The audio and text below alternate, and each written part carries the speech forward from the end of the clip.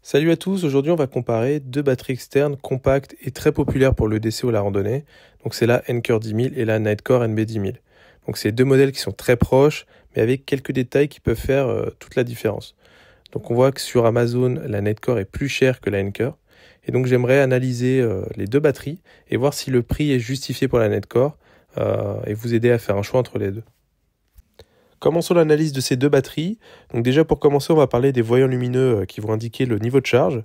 La Anker va posséder 4 voyants lumineux et la Nightcore va posséder 3 voyants lumineux. Donc ça c'est la première différence.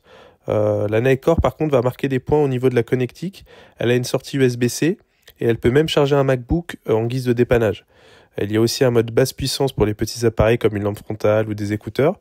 Mais attention, il faut penser à désactiver ce mode après usage car la batterie peut continuer de se vider lentement. Et ce serait embêtant de se retrouver avec une batterie vide au bout de quelques heures. Niveau poids, la Nightcore fait 150 grammes contre 180 grammes pour la Anker. 30 grammes de différence, ça semble peu, mais si on compare, c'est le poids d'un stylo. À l'unité, ça fait pas grand-chose, mais multiplié par 20 par exemple, ça va faire 600 grammes de plus dans le sac. Donc on voit que les deux batteries ont des formes différentes. La NB 10000 est aussi résistante à l'eau, mais pour ma part, je préfère ne prendre aucun risque avec les batteries externes. Étanchéité ou pas, elle sera protégée dans un sac étanche de toute manière. Lorsque l'on a la batterie Anker en main, on sent tout de suite qu'elle est plus lisse, avec des bords plus arrondis, ce qui va permettre par exemple d'éviter d'abîmer certains tissus de sac ou de pochette. Les deux ont une forme différente, mais ça reste une puissance de charge identique dans tous les cas. En revanche, la Nightcore se recharge beaucoup plus vite, environ 2 heures de moins que la Anker. Bien évidemment, il y a aussi le câble qui compte aussi pour le temps de charge. Il n'y a pas que la batterie, donc veuillez aussi apprendre un bon câble USB. Et comme souvent, les batteries annoncent 10 000 mAh, mais en réalité, ce n'est pas la capacité réelle. La Nightcore, quand même, semble fournir légèrement plus d'autonomie en pratique.